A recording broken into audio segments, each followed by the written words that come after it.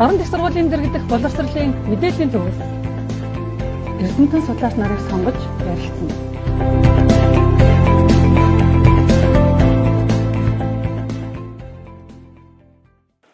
Эрдэмтэнтэй ярилцах цаг нэвтрүүлгийн ээлжид дугаар эхлэж байна.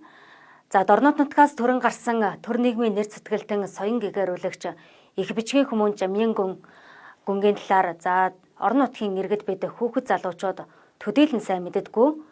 Энэ хүний талаар за судалгаа шинжилгээний баримт материалууд ховор эдэгтэй холбоотой байж болох юм а. Тийм учраас Дорнод их сургуулиас наачлан за төр нийгмийн нэр сэтгэлтэн соён гэгэрүүлэгч их бичгийн хүмүүн Жамин гүнгийн мэндэлсний 155 жилийн өг тохиолдуулаад эрдэм шинжилгээний баг гурал зохион байгуулж за судалгаа шинжилгээний ажлыг эрчимжүүлэх мөн одоо хүүхэд залууст таниулан сурталчлах ажлын эхлэл тавигдлаа. Энэхүү эрдэм шинжилгээний баг гурал Улаанбаатар хотоос урагдан ирж за шин баримт нотлогоо судалгаан дээр тулгуурлан судалгаа бүхий одоо илтгэл тавьсан мөнх хүчир доктортой ярилцах гэж байна. За ирсэн ажил үйлс бүтэмжтэй байна уу? Сайн явж байна уу? Сайн явж байна. Ирсэн ажил үйлс бүтэмжтэй байна. Танай нутгийн одоо нэрт соён гэрүүлэгчээ хэлээ. Энэ хүний 155 жилийн тохиолдуулан эрдэм шинжилгээний баг хурал хийсэн. Энэ баг хуралд бол Жамин гүний одоо хэл бичигт оруулсан хувь нэмэр, түүний гүйцэтгэжсэн улс төрийн ажил үүрэг ер нь бүхэл талаас нь эрдэмтэн судлаачд одоо нэг өдөр сайхан хэлэлцэж мөн түүний нэрэмжит сургууль босгосон хөшөө дурсгал дээр нь очиж өнгөрөвдөө.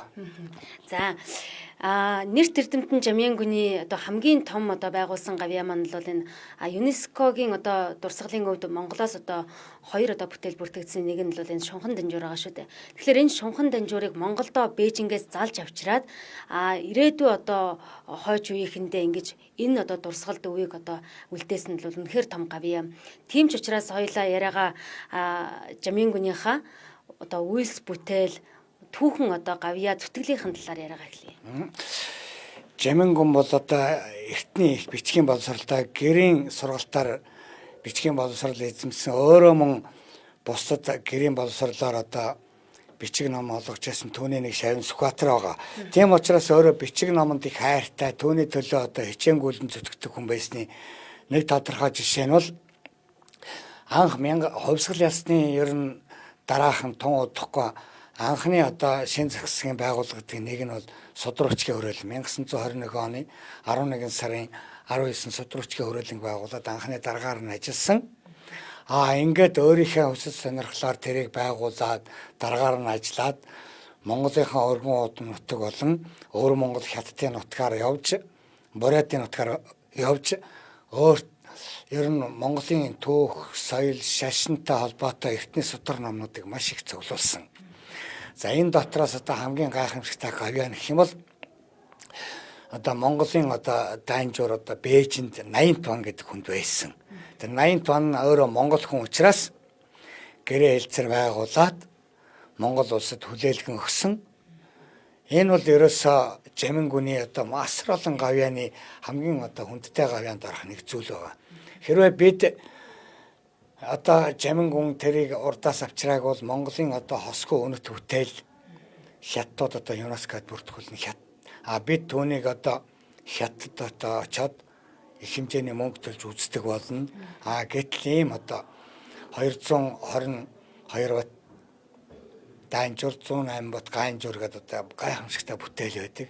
Маш олон тэмээнд ачаад ингээд мөн өөр одоо янз бүрийн ном бол маш их авчирсан. Ялангуяа өөрөө одоо энэ танай Дорнотын чигийн буюу одоо хуучнаар бол Сэцэн хаан аймгийн хүн байсан учраас Сэцэн хаанаас бол одоо их ном өөрөө нөгөө бичиг номын хүн учраас хинд хаан хинэд ямар ном байгаа гэдгийг мэддэг учраас одоо номын сан болон архив одоо шинжилгээ хөрөлөнгийн суур үндсийн ном нь бол одоо Жамин гүн хөдөлмөр бүтээлээр бүтсэн маш ховор ном авчирсан байгаа.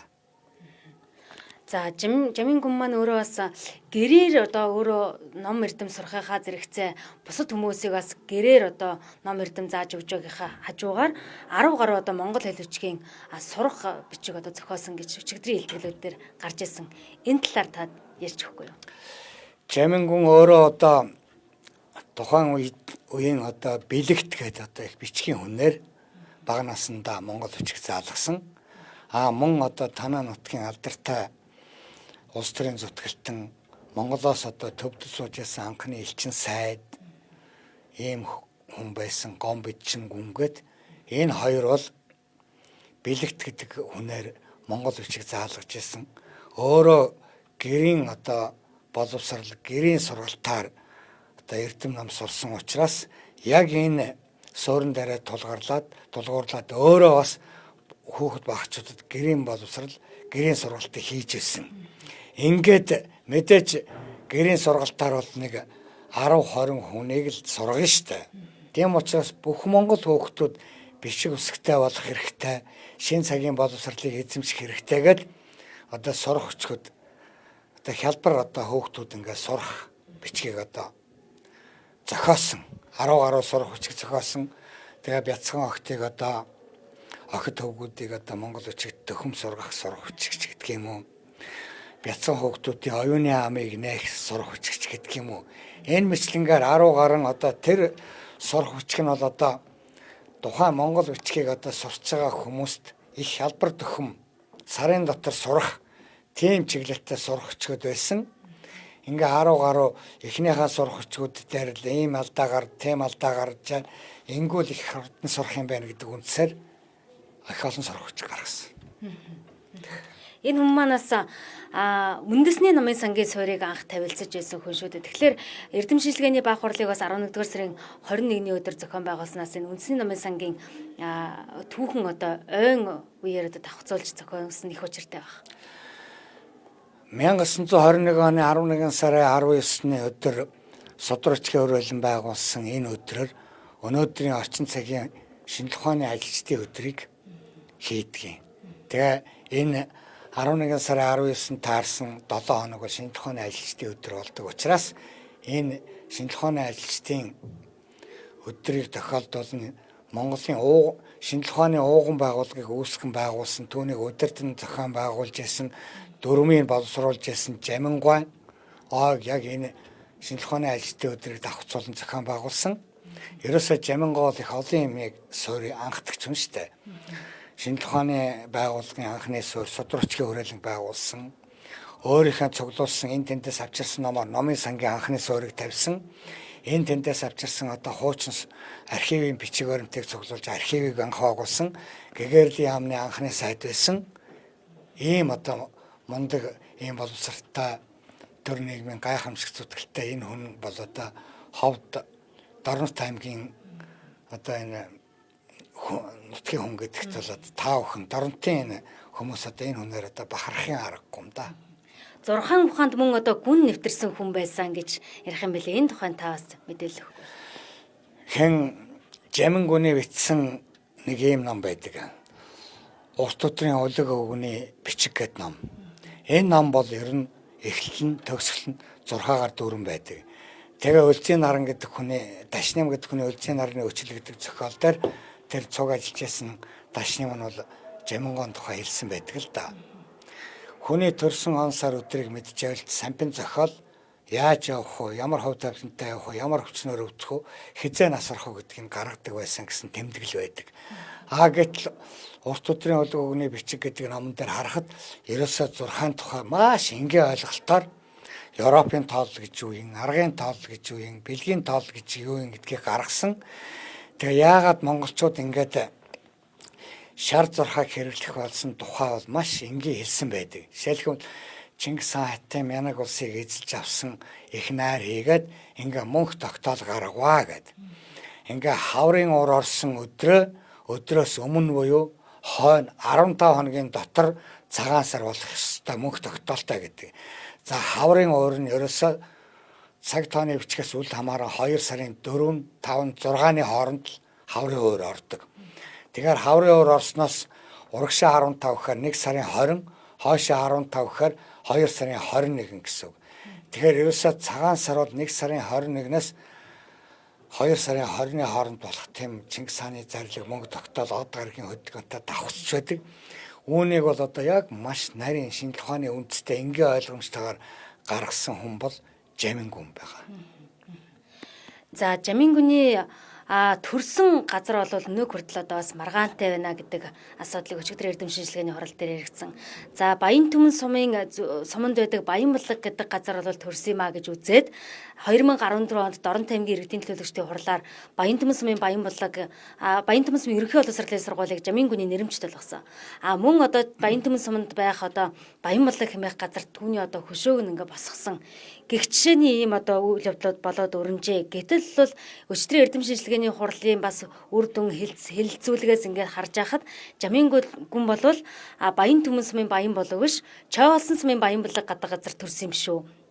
За түүний одоо төрөл төрөсөд нь одоо 4-5 дугаар үеийн одоо хүмүүс нь төрөл төрөсөд нь одоо ирээд сууж байхдаа бид бол одоо Чойволсон сумын гаралтай хүмүүс юм а гэдэг зүйлийг ярьжсэн шүү дээ. Ер нь зарим их хүмүүсийн бол одоо сум их булаацалддаг. Энэ манай сумын нутгийн төрсэн манай хүн гээд.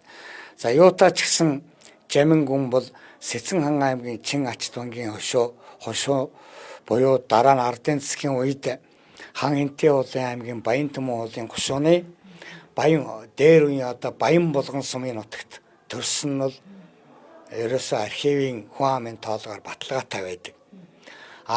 Гэтэл энэ Дорнот аймагт бол Баян булган нэр 2 байдаг юм байна. Нэг нь одоогийн 1959 онд байгуулагдсан Баян Түмэн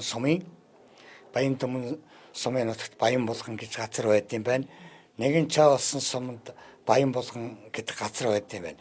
Би өчигдрийн эрдэм шинжилгээний хурал болтол нөгөө Баян Түмэн сумын сургуулийг Жамингийн нэрэмжт болгосон болохоор нь би одоо энэ одоогийн Дорнот аймгийн Баян Түмэн сумын нутагт Онхтын Жамингуа төрсөн гэж өчигдрийн хурал хүртэл би тэгж ойлгож бодож тэгж ярьж байсан. Ингээ хурлын дүнд пүрвага энэ Баян Түмэнгийн Баян булган чинь биш ээ. Энэ Чойволсон сумын Баян булган мөө гэд илтгэл тавихгүй юу. Тэгээ тэндээс маргаа үсээ өжсэн чинь ашгүй харин Жамингүний ах トゥ урагс содонгууд нь 3 хүн ирсэн байна. Тэгээ тэр хүмүүстэй уулзаад уулзаад яриад байжсэн чинь бид бол хэдэн үеэрээ одоогийн Чойволсон сумын Баян булган гэдэг газар амьдарч байгаа гэж байна. Тэгэхээр нэрээр одоо судлаач андуурч Дорнот аймгийн Баян Түмэн сумын хүн гэдэг байсан юм байна. Гэтэл ерөөсөө хэдэн үеэрээ амьдарсан ах トゥ нар нь байгаа учраас Чойволсон сумын Баян булган гэдэг нь одоо болж байна, тийм үү? Болж байна гэж ерөөсөө тодорхой юм байна. Тэгэхээр өнөөдрийн өчигдрийн болсон эрдэм шинжилгээний хурлын нэг үр дүн бол энэ байхгүй юу?